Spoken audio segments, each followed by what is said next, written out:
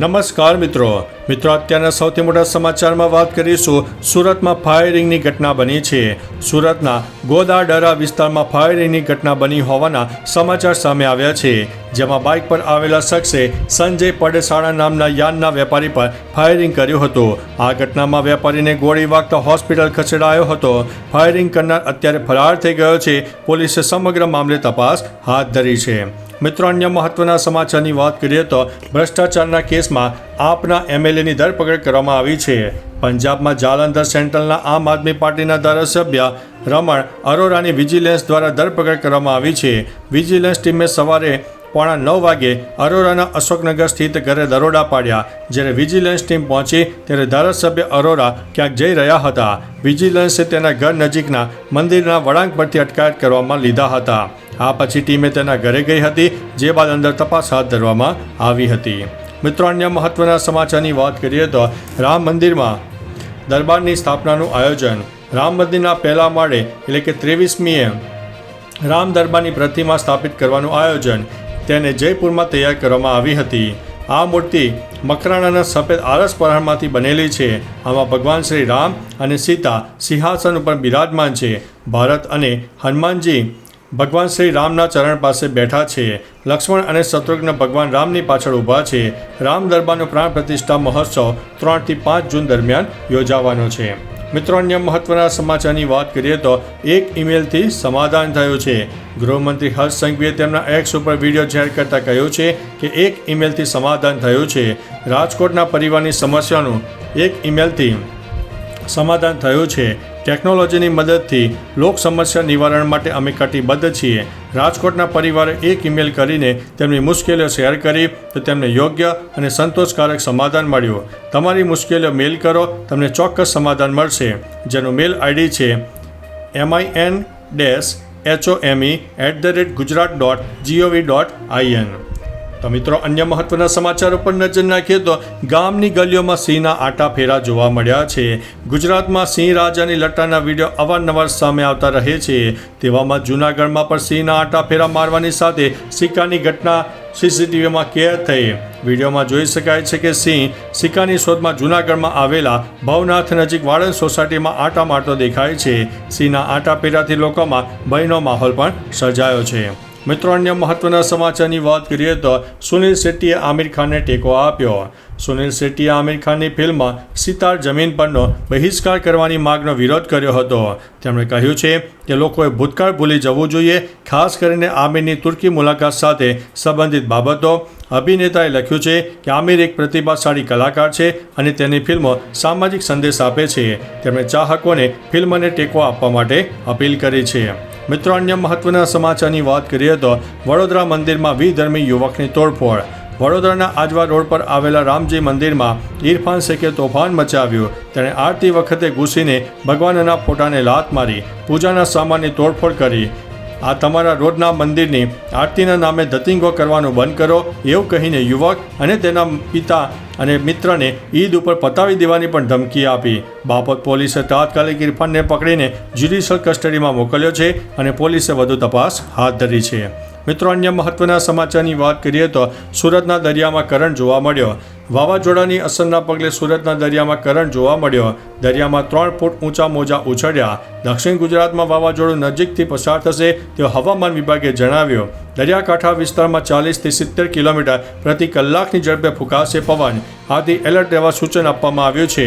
28 મે સુધી વાવાઝોડાનું એલર્ટ આપવામાં આવ્યું છે। કાંઠા વિસ્તારમાં વરસાદની શક્યતાઓ રહેલી છે। સુરત મહાનગરપાલિકાએ કંટ્રોલ રૂમ પણ શરૂ કર્યો છે અને માછીમારોને દરિયો ન ખેડવા માટે સૂચના આપી દેવામાં આવી છે। મિત્રો, અન્ય મહત્વના સમાચારની વાત કરીએ તો સરદાર ગામના પૂર્વ ઉપસરપંચને હરેશ સાવલિયાની હત્યા। રાજકોટ જિલ્લાના સરદાર ગામ ખાતે પૂર્વ ઉપસરપંચ હરેશ સાવલિયાની હત્યા થઈ હોવાનું સામે આવ્યું છે। ત્રિકમ જેવા હથિયાર વડે હુમલો થયો હતો। હરેશ સાવલિયા રાત્રે વાડી ખાતે સુવા ગયા હતા, ત્યારે વહેલી સવારે હરેશ સાવલિયા વાડીમાં પડ્યા હતા અને પોલીસે આ અંગે હત્યાનો ગુનો દાખલ કરીને તપાસ હાથ ધરી છે। મિત્રો, અન્ય મહત્વના સમાચારની વાત કરીએ તો ભારતના 17 વર્ષના છોકરાએ નાસાને હેકિંગથી બચાવ્યું છે। બિહારના 17 વર્ષીય રામજીએ પોતાના કૌશલથી દુનિયાને ધ્યાન પોતાનું તરફ ખેંચ્યું છે. નાસાની વેબસાઇટમાં એક ગંભીર ટેકનિકલ ખામીને પકડીને રામજીએ તેને હેકિંગથી બચાવી હતી. એટલું જ નહીં પરંતુ તેને સુધારવાની પ્રક્રિયામાં પણ મદદ કરી. બદલામાં નાસાએ રામજીને હોલ ઓફ ફેમમાં સ્થાન આપીને સન્માનિત કર્યા. હાલમાં રામજી દેશભરના વિદ્યાર્થીઓ અને પોલીસ અધિકારીઓને સાયબર સુરક્ષા ઉપર તાલીમ આપે છે. મિત્રો, અન્ય મહત્વના સમાચારની વાત કરીએ તો માવઠાથી પાકને નુકસાન થયું છે અને ભારે નુકસાન થયું છે. ત્યારે કૃષિ મંત્રીએ સર્વેની જાહેરાત કરી છે. ગુજરાતમાં થયેલા માવઠાને કારણે ખેડૂતોને ઉનાળુ પાકમાં ભારે નુકસાન થયું. ખાસ કરીને મગ, અડદ, ડાંગર અને કેરીના ઊભા પાકને નુકસાન પહોંચ્યું છે. કૃષિ મંત્રી રાઘવજી પટેલે જણાવ્યું છે કે ખેડૂતોને થયેલા નુકસાન માટે રાજ્યના કૃષિ વિભાગે તાત્કાલિક સર્વે માટે સૂચના આપી છે. સર્વેના અહેવાલ બાદ સરકાર કાર્યવાહી કરશે. વાવાઝોડાની આગાહીના પગલે માછીમારો અને માર્કેટિંગ યાર્ડને પણ સાવચેત રહેવા માટે જણાવ્યું છે. મિત્રો, અન્ય મહત્વના સમાચારની વાત કરીએ તો દીપડાએ કર્યો છે હુમલો. ગીર સોમનાથના વાસોજ ગામે દીપડાના આતંકનો ભોગ બન્યો છે એક યુવક, જેમાં તેને ગંભીર ઈજાઓ પહોંચતા હોસ્પિટલ ખસેડાયો હતો. આદમખોર દીપડાએ યુવકને સીમમાં પસાર થતી વેળાએ શિકાર બનાવવાનો પ્રયાસ કર્યો હતો, જેમાં યુવક ઈજાગ્રસ્ત થયો છે. દીપડાના આંટા ફેરાથી લોકોમાં ભયનો માહોલ છે. અત્યારે ફોરેસ્ટના કર્મચારીઓ વાસોજ ગામે પહોંચ્યા હતા. મિત્રો, અન્ય મહત્વના સમાચારની વાત કરીએ તો મેઘો મુશળધાર. હવામાન વિભાગની આગાહી વચ્ચે બપોર બાદ ડાંગના વાતાવરણમાં પલટો આવતા ગાજવીજ સાથે વરસાદ વરસ્યો. દક્ષિણ ગુજરાતમાં હવામાન વિભાગે ઓરેન્જ એલર્ટ જારી કર્યું હતું. આહવા સહિત આજુબાજુના ગ્રામ્ય વિસ્તારમાં પણ વરસાદ વરસ્યો. ગાજવીજ અને ભારે પવન સાથે સાથે વરસાદનું આગમન થતાં તંત્ર એલર્ટ થયું. સરકારે વાવાઝોડાના કારણે સરકારી કર્મચારીઓને હેડક્વાર્ટર ન છોડવા માટે પણ સૂચના આપી છે. મિત્રો, અન્ય મહત્વના સમાચારની વાત કરીએ તો પાકિસ્તાની અને બાંગ્લાદેશી સીમા ઉપર હાઈ એલર્ટ. SSB અધિકારીઓના જણાવ્યા અનુસાર લગભગ 10 બાંગ્લાદેશી અને લગભગ 25 કે તેથી વધુ પાકિસ્તાની ભારતમાં પ્રવેશવાની યોજના બનાવી રહ્યા છે. તેથી SSB જવાનોએ સમગ્ર ખુલ્લા સરહદી વિસ્તારમાં સુરક્ષા વધારી દીધી છે. તેમાં સરહદ પર ચેકિંગ પણ વધારી દીધું છે. સૈનિકોએ સુનિશ્ચિત કરવાનો પ્રયાસ કરી રહ્યા છે કે કોઈ પાકિસ્તાની કે બાંગ્લાદેશી ભારતમાં પ્રવેશી ન શકે. મિત્રો, અન્ય મહત્વના સમાચારની વાત કરીએ તો સમગ્ર રાષ્ટ્ર વતી શહીદોને સલામ, તેવું અમિત શાહે જણાવ્યું છે.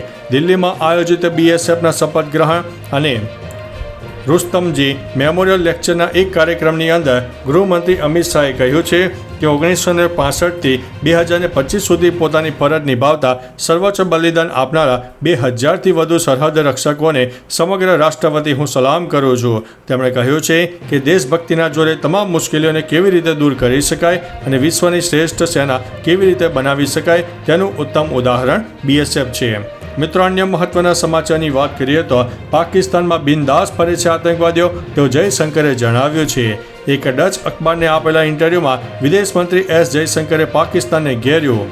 જયશંકરે કહ્યું કે પાકિસ્તાન અને તેની સેના સંપૂર્ણપણે આતંકવાદમાં સામેલ છે.